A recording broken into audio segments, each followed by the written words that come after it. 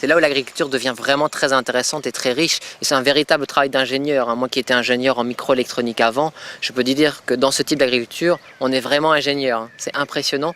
La synthèse d'informations qu'on doit faire, plus complétée par des propres expériences personnelles, des mises en expérimentation.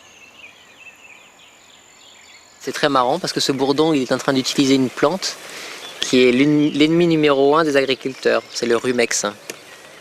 C'est étonnant, hein. Les agriculteurs ne peuvent pas voir cette plante-là. Et là, elle est dans une zone sauvage et on voit qu'elle sert à ce bourdon. Pour avoir cette butte-là, on creuse les allées. Donc il y a un seul labour et c'est tout. Voilà, c'est un dernier labour et à vie, on ne fait plus de labour. C'est réalisé par les micro-organismes du sol et les racines des plantes qu'on laisse se décomposer. Si tu fais une butte, tu la laisses découverte sans aucune plante, elle va se durcir, se tasser, c'est terminé, ça ne peut plus fonctionner. On me dit, mais oui, mais comment tu fais pour mettre tes graines dans une terre compacte? Alors déjà, la terre n'est pas compacte, elle a une structure qui est différente d'un sol labouré, mais elle est micro-aérée. C'est ça qui est important de comprendre, micro-aérée. Et là, on va pouvoir avoir du semis à la volée. Bon, ça c'est une herbe sauvage, donc je vais, voilà, par exemple, je l'arrache, je la nettoie et je la laisse sur le sol.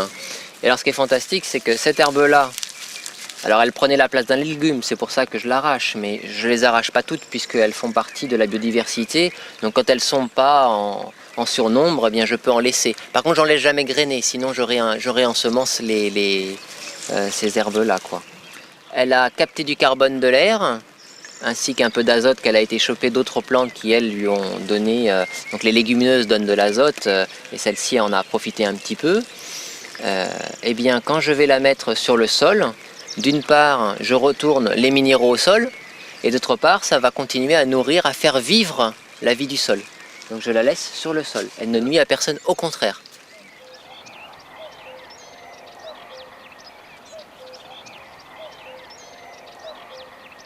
Lorsqu'on met en place quelque chose, on étudie son environnement naturel. Qu'est-ce qu'il a besoin? Par exemple, lorsque je fais un verger de fruitiers, j'implante beaucoup d'arbres fruitiers et je vais les organiser en fonction des zones qui leur sont favorables. Donc le pommier va plus être dans une zone fraîche, le pêcher plus dans une zone chaude. Toutes les plantes ici qu'on a, pommiers, cerisiers, même prunes, ont été achetées au Conservatoire régional d'Aquitaine. Ce sont pour la plupart des vieilles variétés qui ont l'intérêt d'être bonnes et même d'avoir des résistances. Plus ta terre est active, plus elle est fertile, puisque la fertilité s'organise à partir des êtres vivants du sol. Comme on n'arrache plus les racines, on les laisse vivre en place, et bien j'ai pu constater que certains repartaient du pied. Voilà, comme celui-ci. Il donne des tout petits. Voilà, tu vois tous les tout petits là? Eh bien ils repartent des racines de celui-ci. Demander des aides et autres, je l'ai volontairement éliminé. Les aides, si temporairement elles nous aident, au fur et à mesure du temps, elles nous tuent en tant qu'agriculteurs, puisqu'on en vient d'ailleurs aujourd'hui à un type d'agriculture qui ne cultive pas des plantes, mais qui cultive les aides. T'as vraiment pas besoin d'un peu plus de thunes?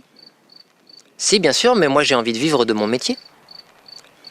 L'objectif de ce type d'agriculture, c'est de créer des petites fermes qui soient très productives. Et dans ce type d'agriculture, on se dit, on arrête de jouer à l'apprenti sorcier, à jouer le rôle des insectes dans le sol, des bactéries et autres. On se dit, on va mettre les bonnes conditions pour que ça fonctionne. Donc on est bien acteur. C'est pas du non-agir à la façon européenne, c'est-à-dire on fout rien, c'est pas du tout ça. Le non-agir, c'est j'observe et je vais agir que quand j'ai compris qu'il faut vraiment agir. Le sol, c'est un milieu très spécial, il n'existe que sur notre planète.